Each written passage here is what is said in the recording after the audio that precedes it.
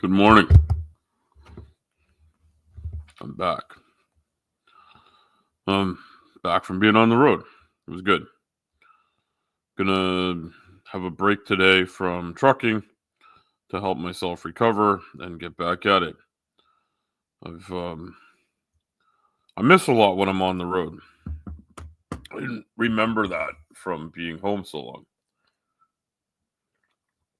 But yeah, no, it's interesting. Um, my style of listening and interacting is different. It's also very tired.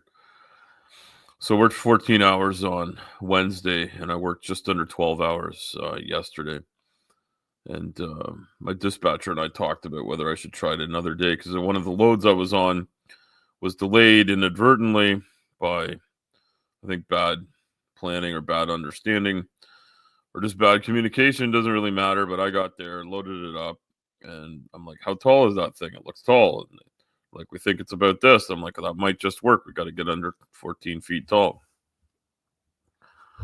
And they got it on. They measured it was 14'7". I called up the dispatch after they tried a couple of things to punch it down. They're like, maybe we'll just release the pressure on it. It was a piston or something. Anyway, like, maybe we'll cut it off if we have to. I'm like, okay.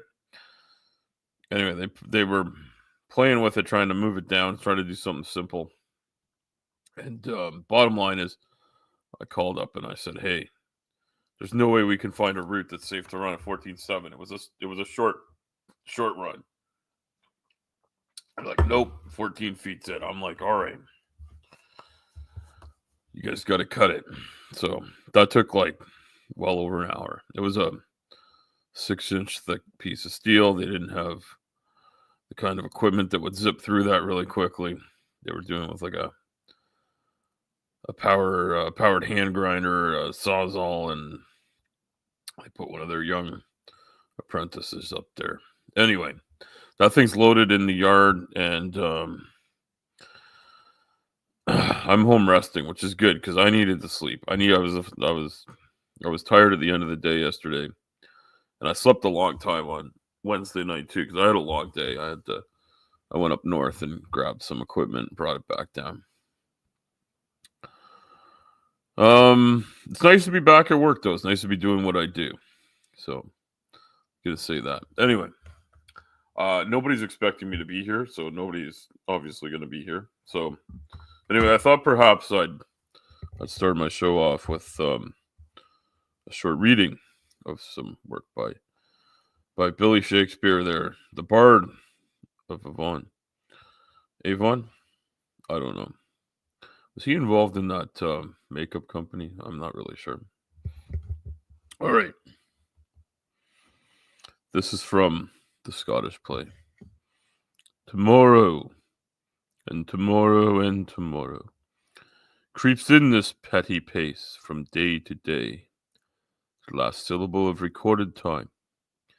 And all our yesterdays have lighted fools, the way to dusty death. Out, out, brief candle. Life's but a walking shadow, a poor player, that struts and frets his hour upon the stage, and then is heard no more. It is a tale told by an idiot, full of sound and fury, signifying nothing. Well, there you go. Yes, this was from a pretty popular poem, or a soliloquy, or speech, or I forget what it is. Don't learn English from me. I can't remember what things are called anymore. Anyway, that's a good one. That's a good one. There's other ones I remember, like the ones I had to memorize. I could remember some of them. Um, I'm gonna try to look up one right now.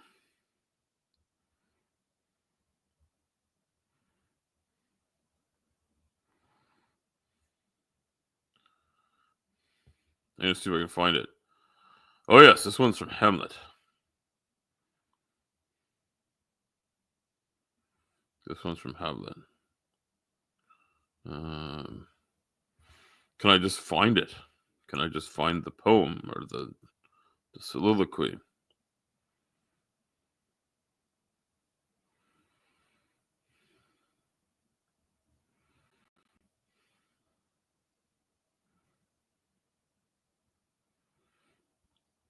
Ah, yes. Oh, that this too solid flesh would melt, thaw and resolve itself into a dew, or that the everlasting had not fixed his cannon against self-slaughter. O God, God, how weary, stale, flat, and unprofitable seem to me all the uses of this world. Fie on it, fie! 'Tis an unweeded garden that grows to seed. Things rank and gross in nature possess it merely, that it should come to this. But 2 months dead, nay, not so much, not two. So excellent a king that was to this Hyperion to a satyr, so loving to my mother that he might not be teem. The winds of heaven visit her face too roughly. Heaven and earth must I remember. Why she would hang on him as if increase of appetite had grown by what it fed on, and yet within a month, let me not think on it. Frailty, thy name is woman. A little month or ere those shoes were old, with which she followed my poor father's body, like Niobe, all tears. And why she, even she, O God, a beast that wants discourse of reason, would have mourned longer, married with my uncle, my father's brother, but no more like my father than I to Hercules, within a month. Ere yet the salt of most unrighteous tears hath left a flushing in her gallant eyes, she married. O most wicked speed to post with such dexterity to incestuous sheets. It is not, nor it cannot come to good, but break my heart, for I must hold my tongue. Indeed, yes, this was the soliloquy that I had to memorize and read in English class many years ago. It took me a minute to find it. That one's from Hamlet. So yes, Shakespeare, pretty good writer. People like this shit. Anyway, it seems like he was really upset with the women in his life, his mother, for instance. What are you gonna do? If I remember correctly, he was also having issues with Ophelia. Was it Ophelia? I don't remember. I tell you one thing: it doesn't really matter.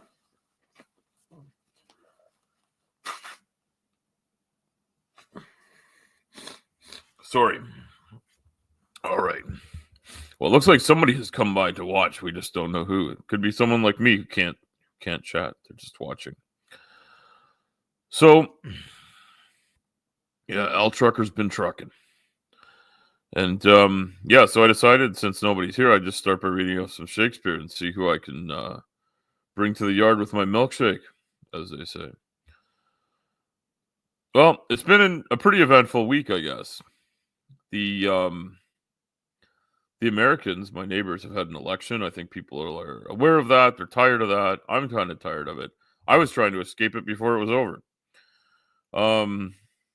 It's really just stressing me out, and I'm not going to get into a big discussion about it. I'm not happy about the results because I don't think people are probably aware that the person that won has any of the best interests of his country in their heart.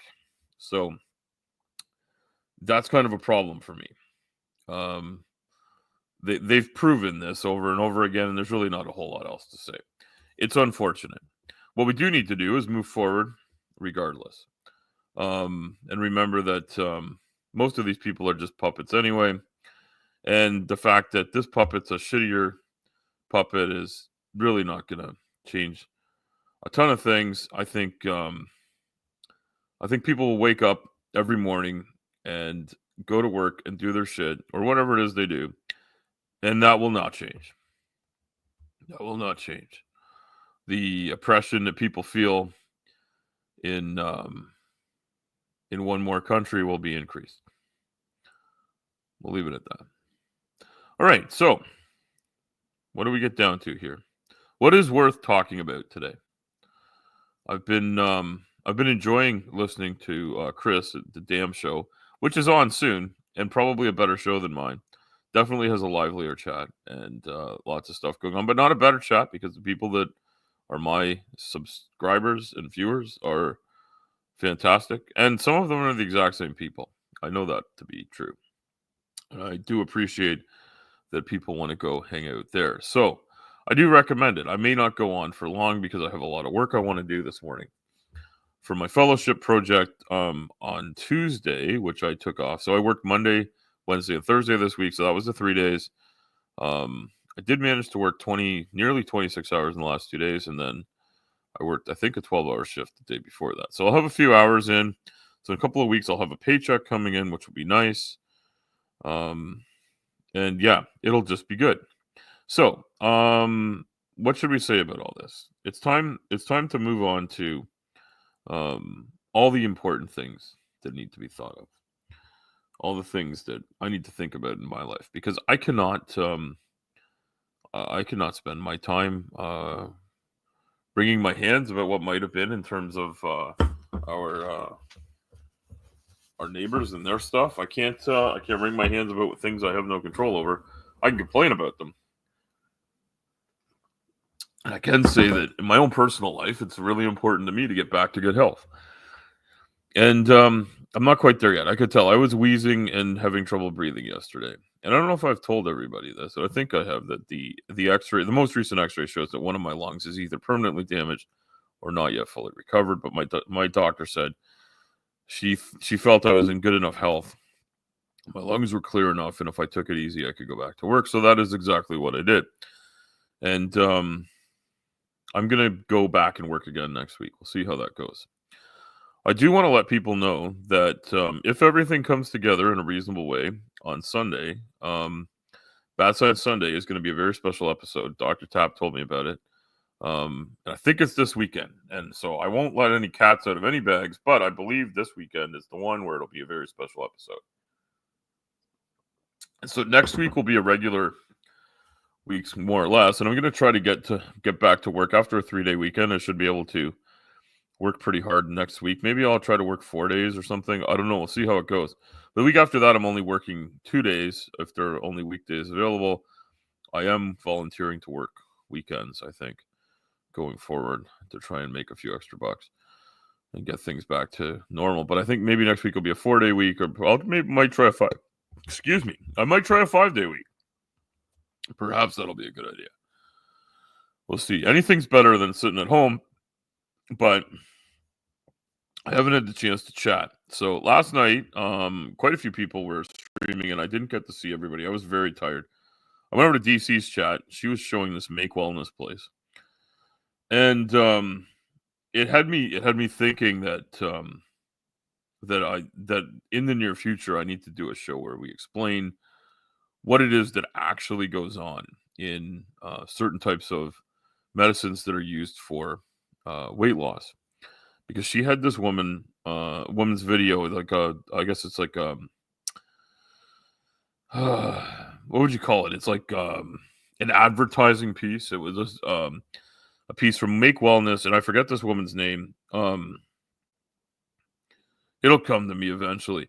And my intention is to get DC to come on and talk to me about MLM, and in particular, I want to talk about a couple of these things. So I'm working on maybe a couple of spoof songs too, to make fun of some of these folks. But I was too tired to really get up in arms as much as I'd like to. But I realized my brain was like, what the fuck are you talking about, woman?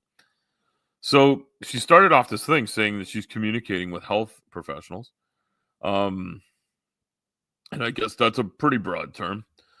When I talk about health professionals, and I talk to health professionals quite a bit, I'm usually talking about people who are like doctors, nurses, registered dietitians, that type of thing. I'm talking about people who are even massage therapists, like registered ones that are trained, not just somebody that knows how to like rub your back because, like, maybe your spouse rubs your back at the end of a long day or something. That is, they may happen to be a massage therapist, but generally speaking, massage isn't so complicated that you need a lot of training. But if you're going to do it as a job, you actually take training. I worked at one point building a place where they train people to do that. It was interesting. They did a lot of education there. on a lot more things than just rubbing people's backs. It's a lot more than that. Um, and it's an interesting thing to know because we may think, oh, that's a simple job. That's easy to do, but it actually involves medical training. Not medical training to the point that you call yourself a doctor, but enough to know about a lot of different parts of anatomy, and how the body works, and different things people have. And also, one of the things the massage therapists are taught is to recognize potential issues and advise people to go see their doctor, not to diagnose them with anything, but saying, hey, this feels weird. You should go see a doctor. Or just, see something and say, hey, I noticed this. Massage therapist is probably one of a very few people that would ever see you with your clothes off. And maybe like I would suggest that probably not like totally with your clothes off, because they only uncover what they're working on, which is a very professional thing that they do. And I know that people make unfortunate jokes about it, but professional registered massage therapists in my country anyway do a professional job, and they see your skin, so they might notice, hey, there's something on your back. Have you seen this? There's something on the back of your leg. Have you seen this? Like, I don't know. I certainly don't spend any time looking in a mirror analyzing parts of my body that are hard to see. It's good to have somebody like that work on you. And I have seen one more than once about the pain in my back and my legs in particular, because it's debilitating at times. I think it's important to remember that. But there's also physiotherapists and pharmacists and all sorts of people that deal with our health. I want to say that I'm not sure who these make wellness people think they're going to get a hold of, but the stuff they're talking about doing doesn't make a whole lot of sense. And they're basically saying, trust me, bro, they've figured something out. They do say the word peptide a lot. Anyway, what I would love to do is have DC come onto my show and talk about stuff like this. Particularly about like the MLM model, because the MLM model it's a cult for sure. They build a culty relationship with people. It is 100% a cult. If it's not a cult, then it probably isn't really an MLM. Or they're doing a shitty job at being an MLM. Anyway, I'm going to move on to just say that one of the things she said really bothered me, and it's something that ties into my work as someone that wants to help people living with obesity, people living with diabetes, people living with a tremendous number of comorbidities, many of which I have. I don't have all of them. I have a lot of them. I can list them off, but it'll take the rest of the show.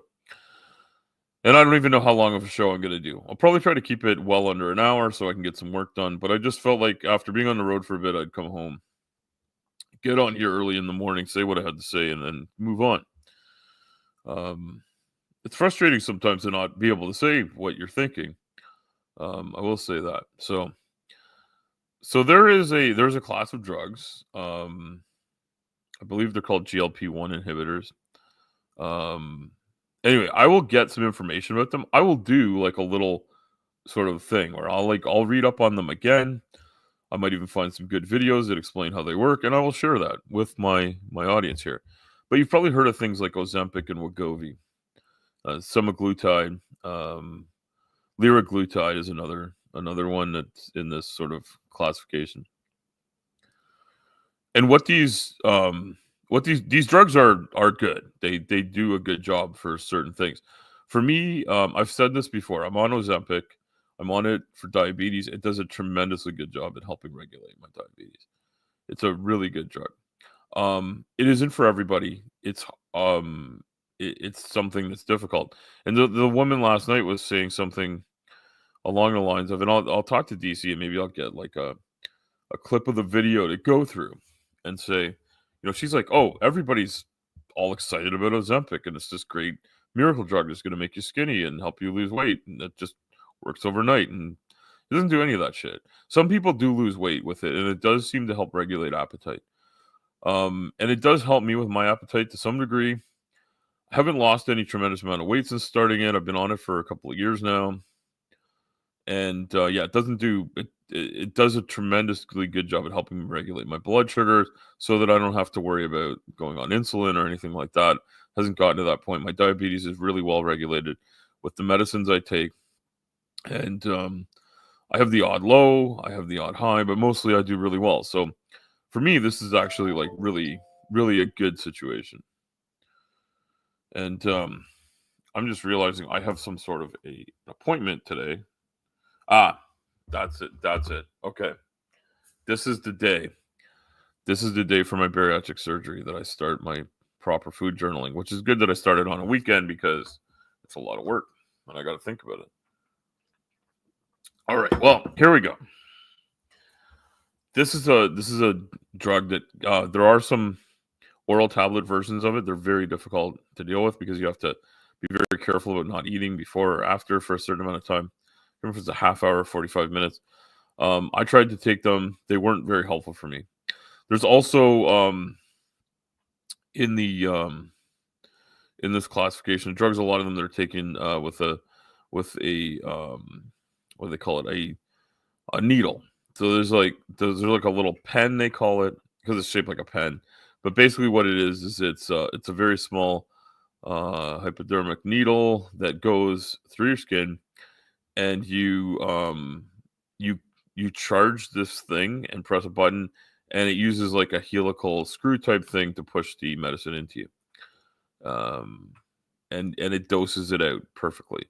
So what this does is it takes away from people two skills that people probably don't have already in their hands, and I'm going to suggest that as someone who takes a lot of medicine and who has children take medicine and have had to give children medicine, I can tell you this: it's hard to dose things out.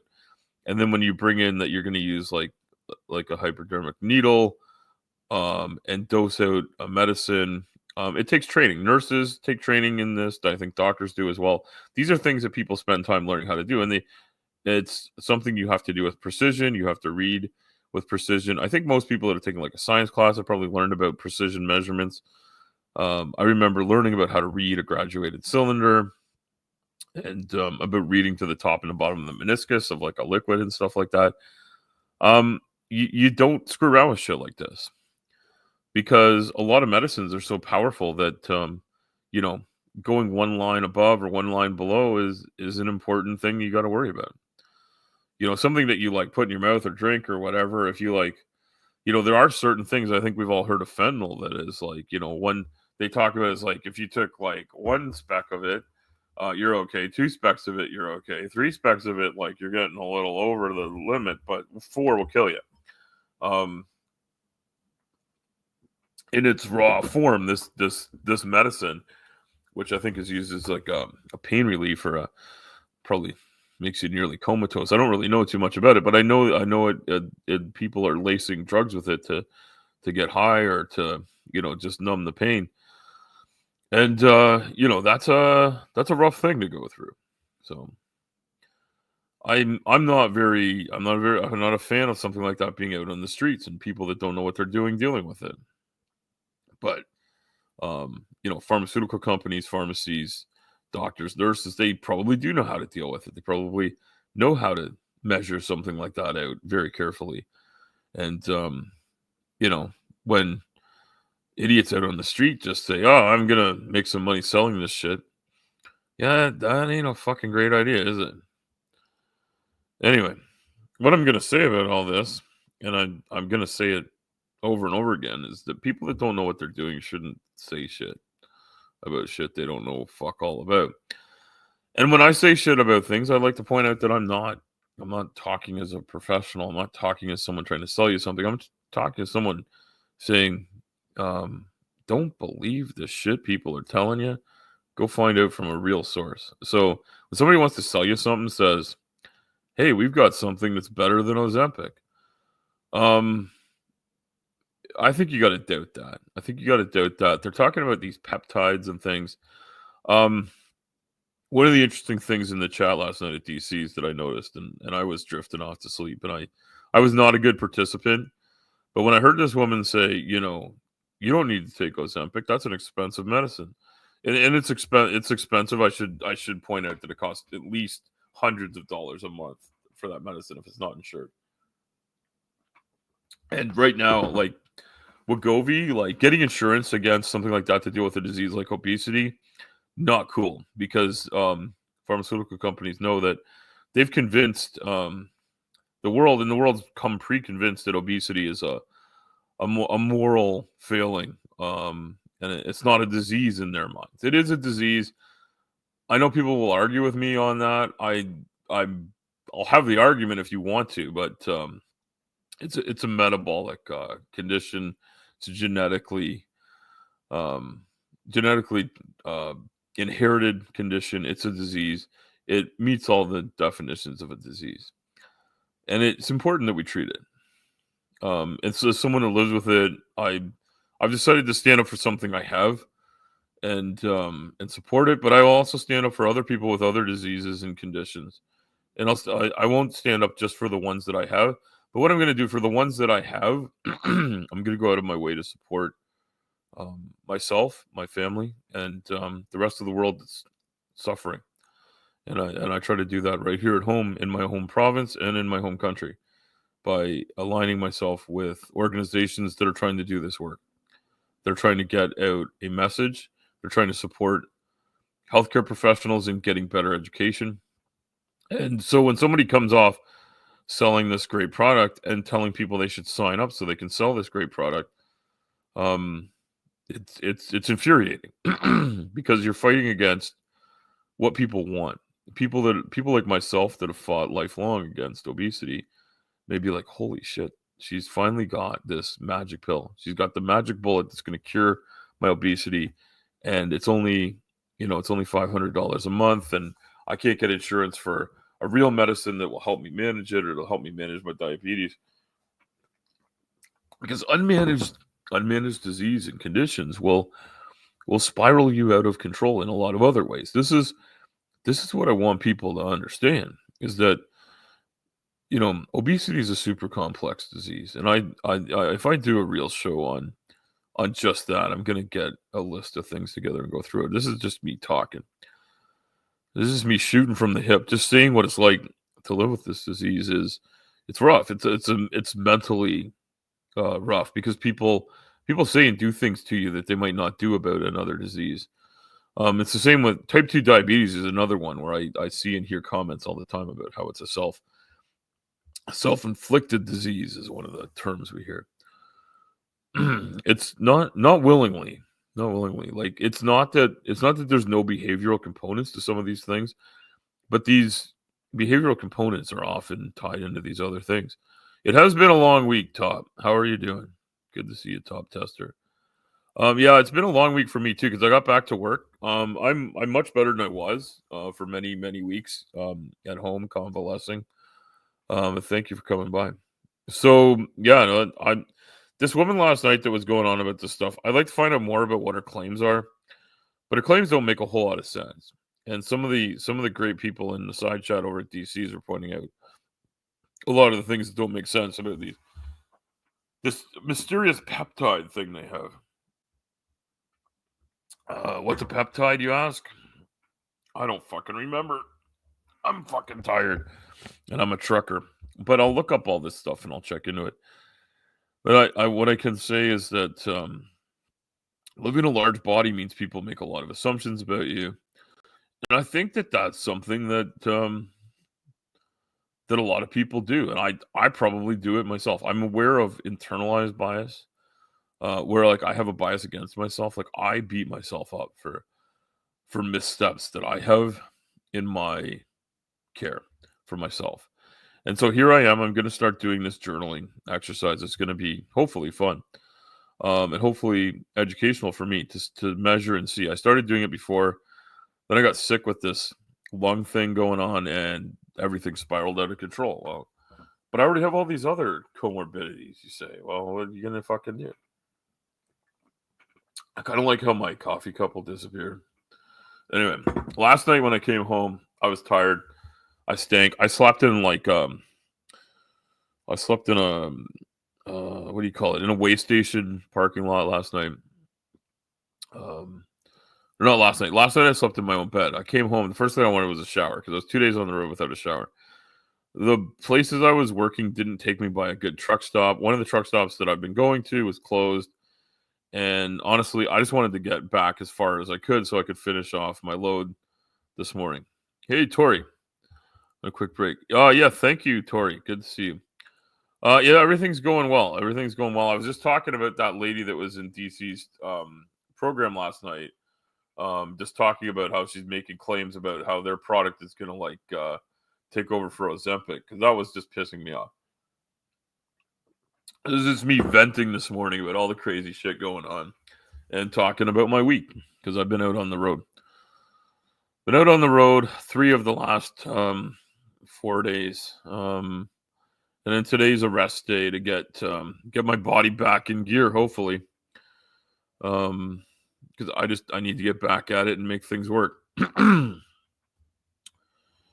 So yeah, that's where all truckers at today.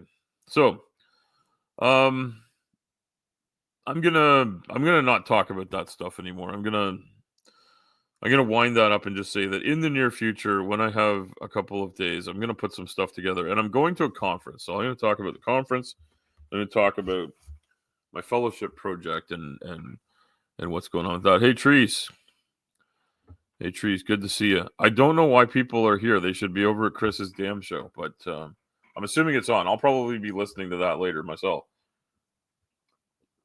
But I was awake finally, and I wanted to talk about the shit I've been thinking about. This is one of the problems of being a trucker is like you have a lot of hours on the road where you're thinking about shit and you don't necessarily have any chance to interact with shit. So my fellowship presentation will be not next week, but the week after. So that week I will be traveling. I've based on past experience at conferences, I won't have a lot of time to be online interacting. So I won't be talking to people. I probably won't be listening to much of anything. And I won't be probably broadcasting anything, although I have done once or twice. The difference with this, so the equivalent conference I went to last year was actually in October, and I only knew like 3 people there, and it was great to visit with them. But I had one dinner out with a friend of mine who lived in that same city. So that was great. And then I had another dinner out with the lady that organized having me there, and her husband took me out to dinner. That was really nice. Because I hadn't met her husband before. He's a great guy. And she's an amazing woman. Her work in medical advocacy, I guess, for lack of a better term, is just amazing. And I really appreciate her participation and letting me participate in all of this stuff. So yeah, so this fellowship thing that I'm working on, I'm making with my partner a couple of graphic novel things as examples. We're using our own stories, a couple as examples. We got a bunch of others from people. We're working on getting them to share them again. We have this whole process of doing that, and so we're going to have maybe 6 to 8 of them total. They're going to be pretty straightforward. We started with maybe some slightly grandiose ideas about what we were going to do and having a bunch of different ways to communicate. And then I think what's going to end up happening is we're going to have just these things to communicate and maybe a couple of versions of them that we can send out to people. And we're also we have someone with sight impairment or blindness in our team, not on my fellowship where my partner isn't that person. But we've been learning about how to communicate with people that are sight impaired, and that is that's really tremendous. It's something I know I've mentioned before that I had a friend who was losing and had lost his sight, and he unfortunately passed this past year. But it really shone a light on something for me that I hadn't ever looked at, and I hate that's not intended as a pun. It's just like something we're so used to this that it's right in our. I say it on purpose. Say we're so used to sight being part of how humans are put together that we don't even think about who doesn't have that. And I have mild sight impairment because I need glasses to see.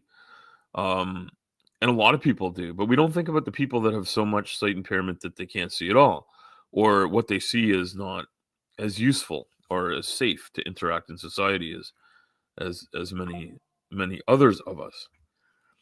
And there are people that are born without sight, and they might learn to live with that for their whole lives. That's one scenario, but a lot of people lose their sight. They just lose it over time. And the gentleman in our fellowship team that has sight impairment related to diabetes. Um, I don't want to say the term wrong, so I'll look it up. And these are things that I'm sort of planning. Maybe I'll do some educational videos where it's like a truck driver just explains really simply what's going on. So I'll get the right terms and I'll explain what that means. But there's excuse me, I'm gonna um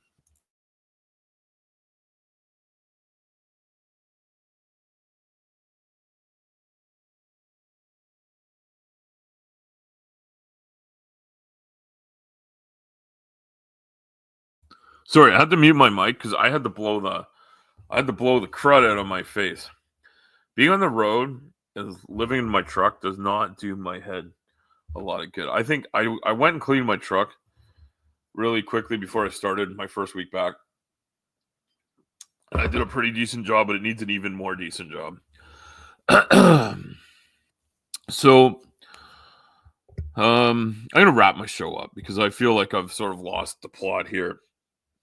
I'll wrap it up in the next few minutes. Um so yeah, I think I'll do shows, and if you're watching this in the future, because I realize people are probably watching Chris right now, doing a live show is tough at any time of day. I'm really glad Chris is on. I've enjoyed listening to his show, as I've said. I'm glad to have an atheist point of view on things. Obviously, this week's been dominated by politics, so I'm going to do some shows. Politics is not my main bag. I'm not a huge politics. I'm not hugely into politics, but I do have some. I do have some very strong political opinions, and a lot of those political opinions are tied in. In many ways, they're tied in with what's going on with my health because I want I want my health to be looked after, and health is something that is dealt with in that way here in Canada. We have this sort of provincial healthcare program where our tax dollars are used to help manage health. Is it problematic? Sure, it's not perfect, but it's a thing we have, and we gotta live with it. We gotta work with it. We gotta make it better, and we gotta make sure things move forward. So yeah, I'm interested in politics because it affects me day to day. It also affects what kind of work there is for me to do. What kind of economy we have is somewhat steered by politics. But it really probably shouldn't be that way. There shouldn't be this sort of adversarial thing going on, but it is. And I guess the problem is some people have it in their minds that the world should be one way, and some people have in their minds it should be another way, and some people have, you know, I don't know, 8 billion other ideas about how it should be because we don't all have the exact same view on things.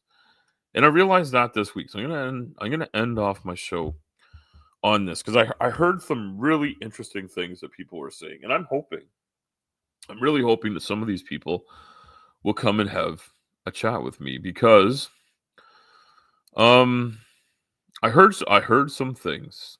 I heard some things this week. They were somewhat disheartening, but I thought about them. I thought about having a knee jerk reaction to them, and I thought, no, that's not the thing to do here. The thing to do is to understand how hurt people are.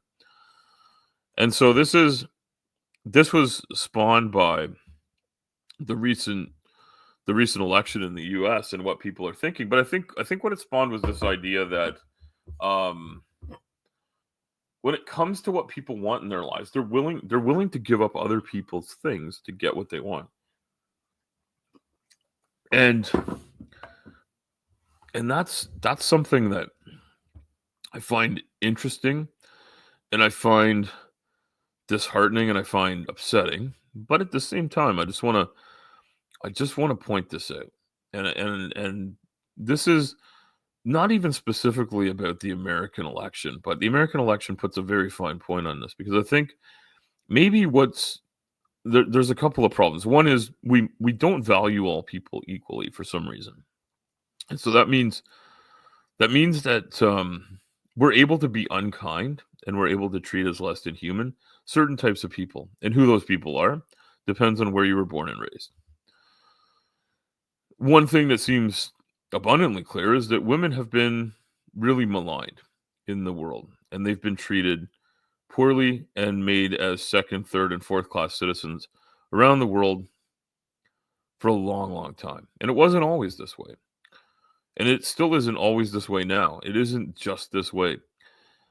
But I heard some of the female people, the women that I listen to and enjoy and respect a great deal, being very upset with men. And and they said they were upset with all men. And so who can blame them? My first reaction was, well, I didn't even get a say. And if I had had a say, my say would not have gone in that direction. But they were looking at the election results and the fact that many, many men were willing to vote away their rights in order to have something else they want. I don't know what that is even. Part of the problem for me is that if I were an American and I were voting and I was looking at the two candidates for president that were the main candidates, I would have had one of two opinions come into the ballot box with my vote. The first one quite possibly would have been fuck that guy. Trump has so many reasons not to be in office that I would just vote against him. But then the other thing that would have me there is how great an opportunity to have a beautiful, strong, wonderful woman running things for a change instead of a crusty old Cheeto in a suit. You know, people are saying like, well, Trump is so fucking bad. Any like a sack of potatoes would run the country better than Trump. Well, that very well may be true. But Kamala Harris, I think, would have been a great leader because she has been a great leader in many ways, and she's well spoken, and not something you need in a president. Because let's face it, day-to-day machinations are not done by the president. The president is in many ways a figurehead, but also has their hand on the tiller, is trying to steer things in a certain direction. And I think that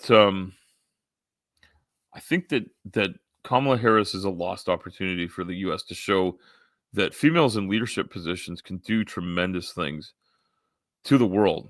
Because the females in leadership positions that do tremendous things day after day after day don't get that kind of platform. They don't get seen in that way. And the USA internationally is just such a major player that it's on everybody's lips when it comes to international politics. My country's had a female prime minister once for a very short time, but wasn't actually technically elected to the position. I'd like to see what would happen here with something like that. And we very well may be having another election here. But I think that what people are upset about is the fact that so many men were so willing to vote either against women. Was that their intention? I don't even know. I think they just didn't give a shit. Which is against women to begin with. If you don't give a shit about everybody that's female in your country, that's against women. If they're just not even on your mind, if their rights and freedoms and health and just general well-being and ability to exist isn't even on your mind a little bit when you go to the ballot box, that's an indication you don't give a shit. That you either think nothing of them or you don't think of them at all. I think that's a tremendous place to find I'm going to say an anger and a disenfranchisement towards an entire gender is if men don't get up en masse and support women, we've got a fucking problem, right? Males and females are not opposed to one another in this world. At least that's not been my experience. That's been what people have tried to paint, but it's not been my experience. My experience has been that my mother and father worked together as a team to raise my sister and I. My experience has been that my wife and I worked together as a team to raise our two kids. That we pool our resources and we love and respect one another and we use our combined resources, not just of money. It's not just that we both go and work and just throw our money in a pot and try to raise the kids, take them to their activities and all that shit. Is we actually organize ourselves to try and do the best we can for both of our kids and for ourselves and for each other. We love and respect one another. My wife is an equal part of the team. It's not like I'm in charge and she's not, and she just does whatever I say. That's not how life works here, nor does it go the other way. So there's no need to tell me that you know who wears the pants in my family. We both wear pants, by the way. In case you're wondering, my wife likes wearing pants. She also likes wearing skirts. I personally don't wear much of a skirt. I might get a kilt one day when I have money to burn on something I don't get to wear all the time. But it doesn't fucking matter. And even if I did like wearing a skirt, that wouldn't fucking matter either. What matters is that my wife and I love and respect each other. And I love and respect my daughter and my son. And I grew up in a family where there was actually a lot of women around in my day-to-day life. I grew up at a time when my mom was a stay-at-home mom for a short time until my sister was in school full time because my mom felt like that was a good time to start going back to work. It was her decision. My parents were out of a slightly more traditional, if you will, point of view, but still, even then, it was a team. My parents were still a team. My dad was out doing most of the earning, and my mom was doing most of the child rearing. And my dad was a trucker back then. He did a lot of time on the road. My mom got really sick too, and he came back to try and help with that. And then had to get back on the road because there were bills to pay. I'm feeling that really hard right now. And nowadays, living without two incomes is almost impossible. At least here it is. These are real decisions people make all day long, every day. How are we going to feed the kids? How are we going to have shelter? And then you see, people are willing to, for whatever, I don't know what they think they're going to get. Like, I actually don't remember, and then probably I live in an echo chamber. I'm willing to say that. I don't remember Captain Cheeto ever saying, these are all the great things I'm going to do for you. He kept on saying all the bad things, all the terrible things that would happen under the Democrats. So I don't even know what they were voting for other than maybe just like they believed the bullshit. So I know I started the show saying I wouldn't get into politics, but this is something like, how can you not empathize greatly with all of the women who are so upset with a big chunk of men that went out and voted against women's rights? Even if they never even thought of it, that was against women in the first place. And so I don't even feel like it would help anything to say that wouldn't be me. I wouldn't have been one of those because so many men just did the wrong thing, in my opinion. Now, if you can tell me why things are going to be better for women under Trump, you put them in the comments. I'll look at them. I'll do some research into this stuff. But I heard a lot of rhetoric. I hear rhetoric in politics all the time. Rhetoric is the fucking bread and butter of every day. But rhetoric doesn't get shit done. It's just the pendulum of power, I guess, just swinging back and forth. And I've become pretty cynical. And I think that same cynicism is shared by the women that I heard this week on a few different shows venting their frustration over the way things are going to be under the Republicans is pretty fucking brutal. It was brutal to hear what they had to say, but not so terrible. It's very understandable. And so, if you're out there, you probably know who you are. If you're listening to me, you probably know who you are. If you're a woman who's been upset and frustrated this week, and I wasn't there chatting with you about it, it's because I was on the road, but I was upset too. I was very upset. I had to get up and go to work the morning everybody found out everything, and I listened and I heard the frustration. Um, and I was like, but not all men are like this. Well, no, they aren't. But that's not the point. Enough of them are that it's fucking hollowing out some basic standards of rights and freedoms for women that really suck. And I know in our overall community, a lot of people that watch me are part of the atheist community. They're part of the anti-cult community. They're part of the pro science, anti-crackpot community. Science is a great equalizer. It really is. It was used against women for many years. I was lucky enough to grow up in an era when people pointed that out. Said, look at how terribly treated people were back in days when women were considered to be second and third class citizens and were owned as property, basically, and were not thought to be smart enough to participate.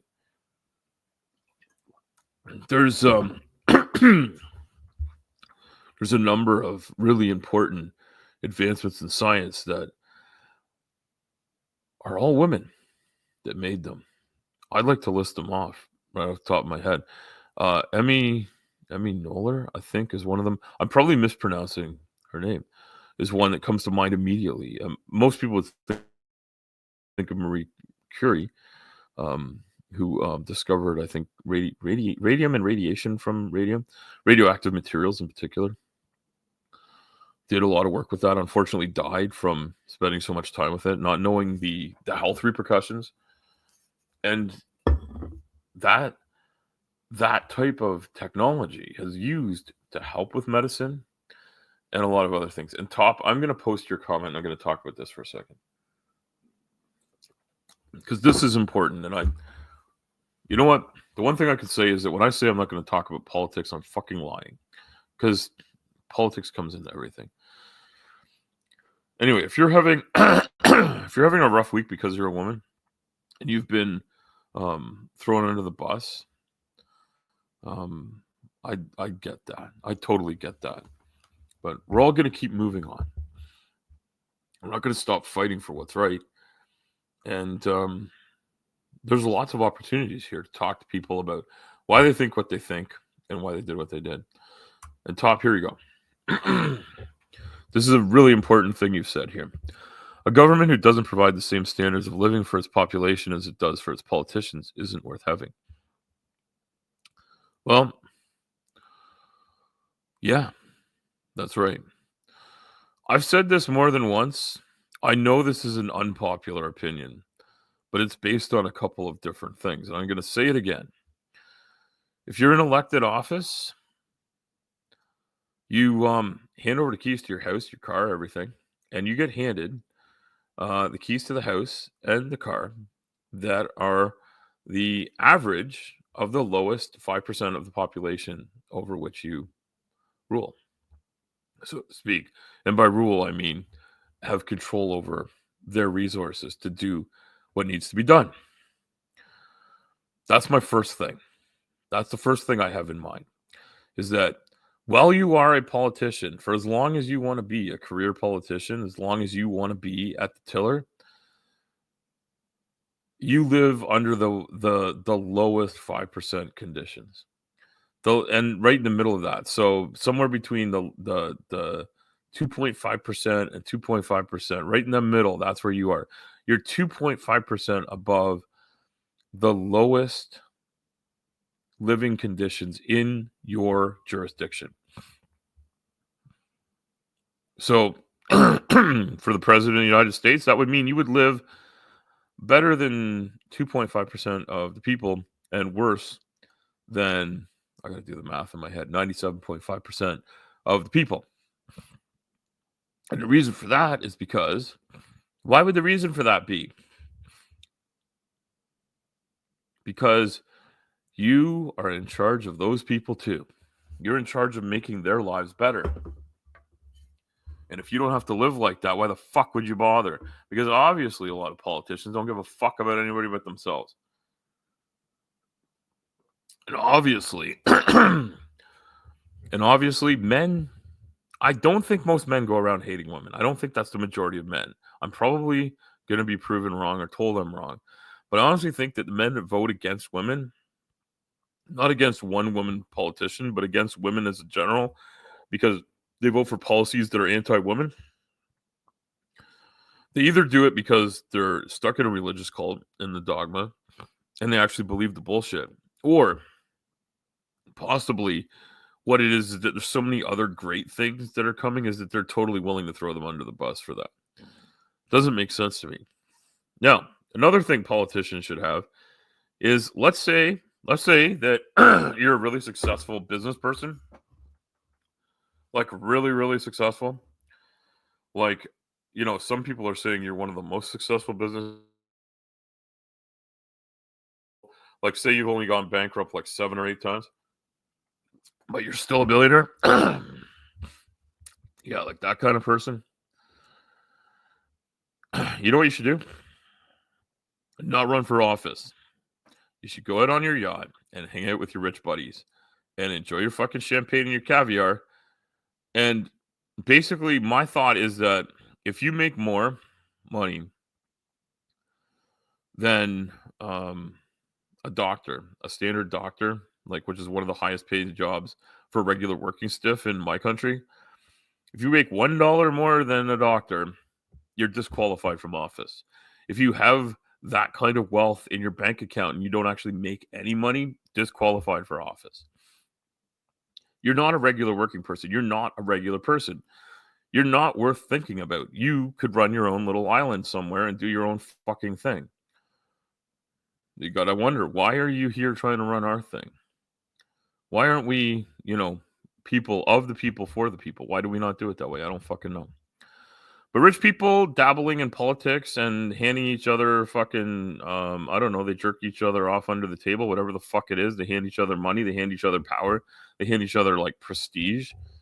Although I tell you, politics has fallen pretty far in the level of prestige for me.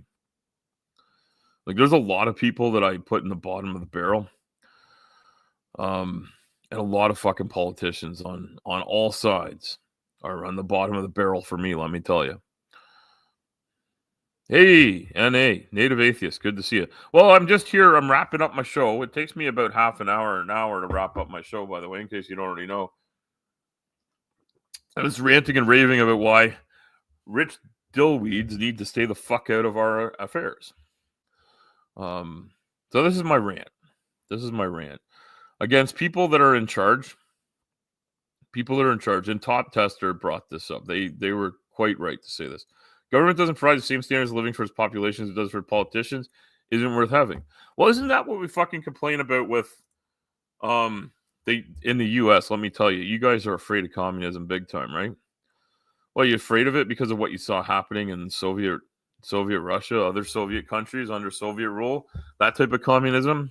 The communism where the people in charge do okay and everybody else fucking gets a big shit sandwich. If they're lucky, they're lined up for shit sandwiches because that's the only place to get anything to eat.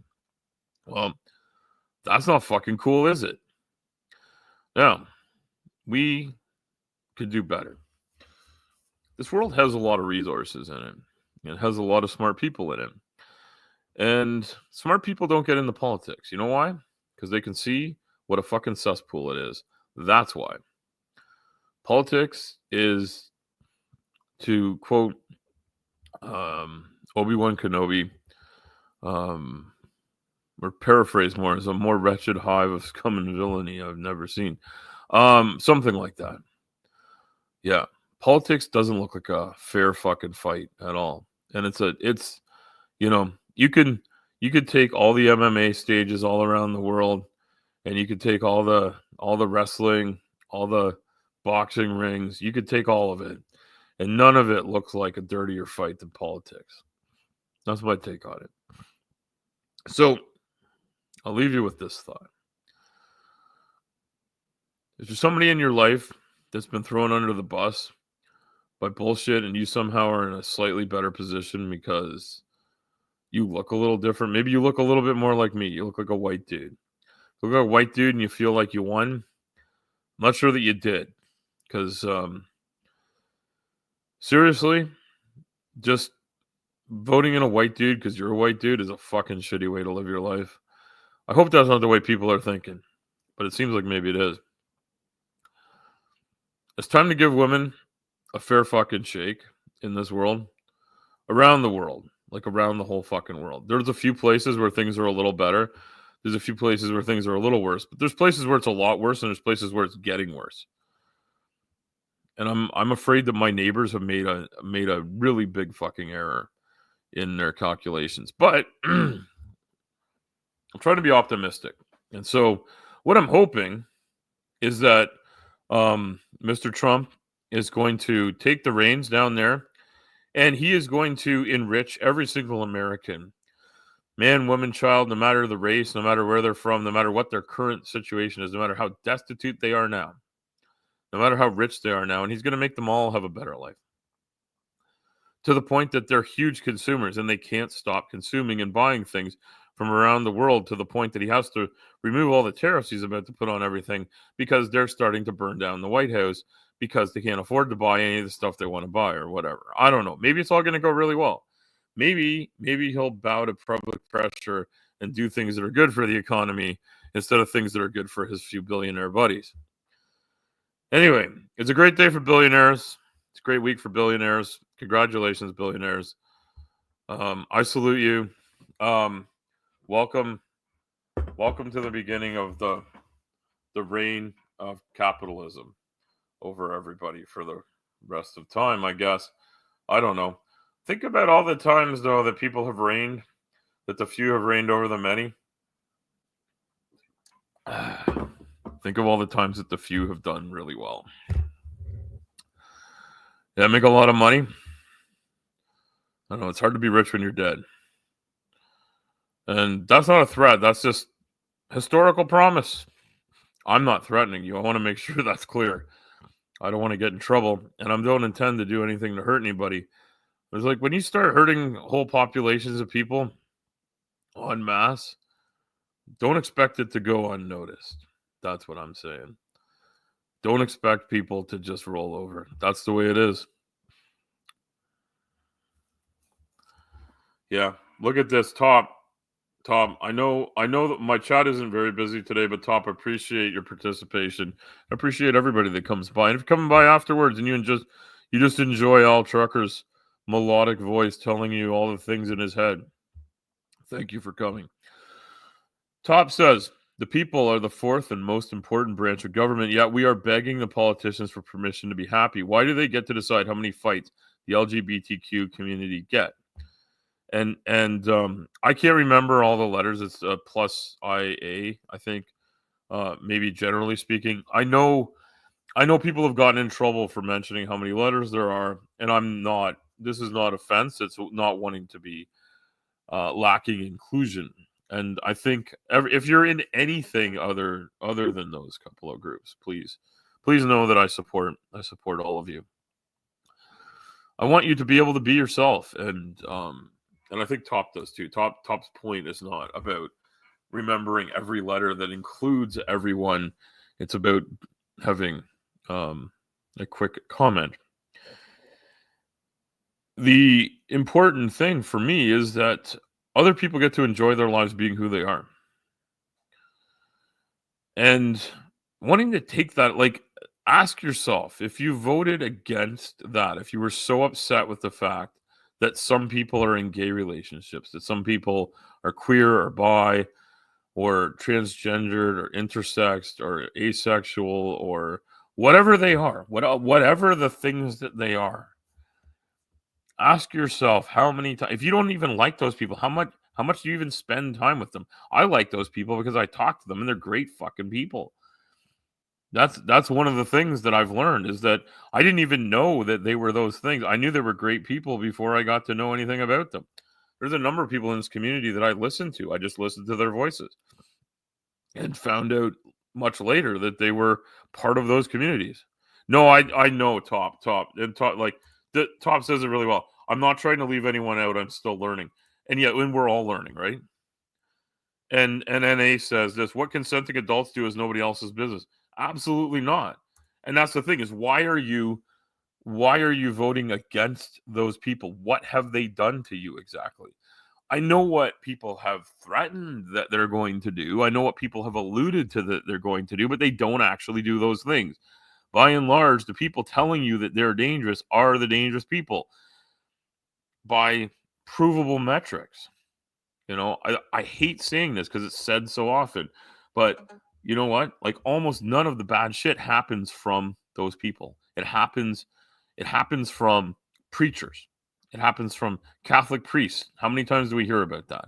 It happens from well, there was a really famous case of a pastor who was so anti-gay it wasn't funny, who was caught more than once with a gay sex worker in a hotel room, and it was heavily publicized. And he begged for forgiveness from God and told his parishioners that God had forgiven him, and they fucking believed him because this guy talks to God, apparently. We're believing people that talk to God, and we're not believing people that say, I want to have a consensual adult relationship with who I want to, and I don't want you to fucking get in my way. What the fuck? What the fuck? And the thing is, there's nothing wrong with that pastor being gay. Pastors should be allowed to be gay. What's wrong with them is what they say, because they were extremely anti-gay in their preaching. I wish I could remember their name. I'm not good with names. I've never been good with names. People will hear that from me. But please, have a look at the people in your community and what they're actually doing, and please treat them accordingly. Don't treat them based on the threats people tell you people are going to do. Treat people well. And be nice. And be understanding. And be accepting. And be tolerant. Tolerant is a good place to start. Tolerant isn't the ultimate goal, but tolerating the fact that other people exist that aren't just like you, it's a good place to start. And then maybe get to know a few of them. Get to know a few of them because they're pretty good fucking people. I tell you, like, all the people that are supposed to be monsters out there that I interact with, that everybody tells me is fucking awful, they're not who's awful. The people that are telling me who's awful for just being born a certain way, they come off as being pretty fucking awful. See, let me tell you something. If you're listening to Nazis and white supremacists and the KKK and all that kind of bullshit to get your information, you're getting bad information. Really bad information, and not even like slightly based in reality information. So please, if nothing else, try not to hurt people around you, and don't hurt people out of spite either because you think they don't think the way you think. That's not a good way to run a country or anything. Run things for the people with the least to work with, to make them have more. Capitalists should want that. They use it as the stick, right? It's the carrot and the stick. I say this often. The carrot is that one day you'll be rich too. Well, you won't. I'm sorry. It just doesn't work out that way. If you're lucky, you'll be okay. You'll be able to afford life. And the stick is the most destitute among us with nothing. And by not helping those people, by making sure that they're not housed and clothed and fed and have medicine, by making sure those people die on the streets, that's the stick. That's you behave and do things our way, or you'll end up like that. Because if you're not supported, and you know your government will not support you, they will not take the money you've put into the system to help support you. If you ever slip off the fucking precipice into the fucking cavern down below, or the crevasse of not having anything, of not being a part of the system, yeah, that's what you get. That's the threat. Just like in religion. You'll fall into hell if you don't follow our religion. And when you're dead, you'll reap the benefits of doing everything we say when you go to heaven. One of them's a real fucking promise. The other one's fucking bullshit to take your money. And it's pretty interesting that they take your money. They take your after-tax money and don't pay taxes on it. Other businesses take your after-tax money and then they pay taxes on it. Government's a big fucking scam. A lot of the times it seems a lot like these other ones. And if you put the people in charge that don't even want to help people, or won't even say that they want to help people, I don't know. It's fucking infuriating. My main point is that if you're feeling frustrated and upset this week, I hear you. I hear you. And if you're upset with me for being a male, I understand that too. Because white males, by and large, went and voted for in the U.S. And I'm not an American. I don't think that way at all. But you know, I got painted with the same brush, just like everyone else does. It's just the way it works. It's just the way it works. Anyway, maybe I did want to talk about politics this whole time and just say, please treat people with respect. Please respect your neighbors. They have a right. They have a right to be alive. They have a right to live, and they have a right to health care and education. They have rights to drive on the roads just like you do. There's not this natural hierarchy of life. That's not the way it needs to be. It's not the way it should be. But the people in power seem to keep power. And I don't look like any fucking politician out there, but I have the right skin color and genitalia. And so I get painted with that brush. It's an important thing to remember, and I'm talking to men now. If you're a white man and you think that white men in power give a shit about you, they don't. They just think they don't have to work very hard to get your trust. They think, oh, you're one of us. You're like us. No, you're not. Like, you're never going to be on their yacht. You're never going to be on their fishing trip. You're never going to be on their golf trip. You're never going to be living in their mansion. You're never going to have any of that. They don't want you to. They just want to count on your vote. They're like, you're with us because you look like us. Like prison yard rules. I say, fuck that. I knew who I'm with. I'm with my wife. I'm with my kids. I'm with my family. I'm with all the people I work with day to day out on the road. The people we're hauling stuff to. The people that are working in those factories that I was working at a factory yesterday. The people working in those factories, they're in there working hard, trying to make a living. The other truckers coming in there to bring materials in and out, they're working hard to look after their families. I'm with them. I'm with any fucking politician. Bunch of dirty money grubbing bastards. They'll tell you anything, take your money. When you get a chance to vote, vote. I know the chance has come and gone for this one election, but that's just one of many. There's thousands of elections every year. When you get a chance to say your piece, but say it for yourself and your family. And all of the rest of us, all of us families. If you live in a democracy, hold on tight to that democracy. That's what I got to say. And remember that we're stronger together than we are alone.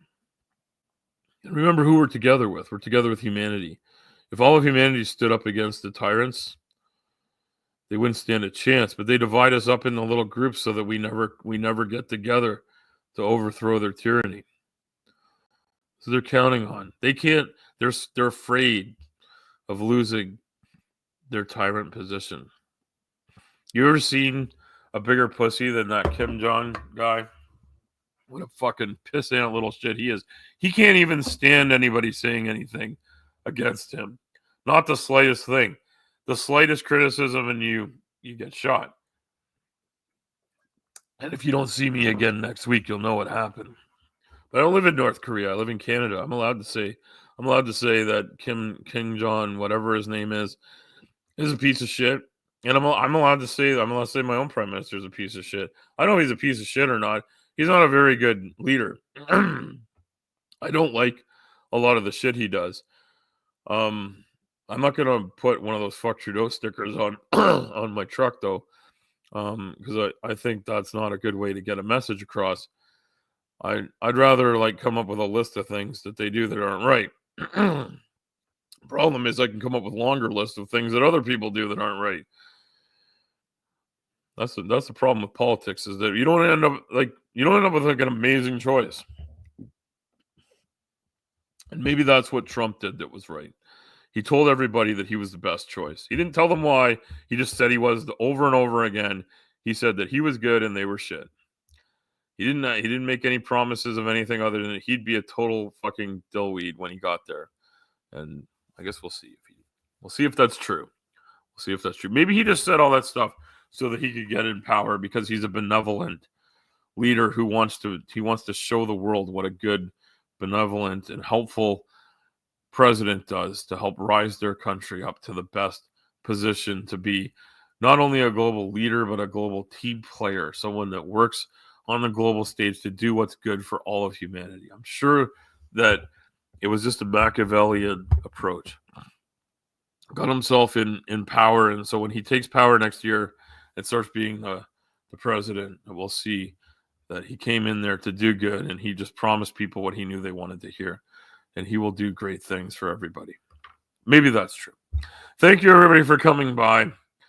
I'm gonna hope that my optimism is not a facetious and sarcastic statement.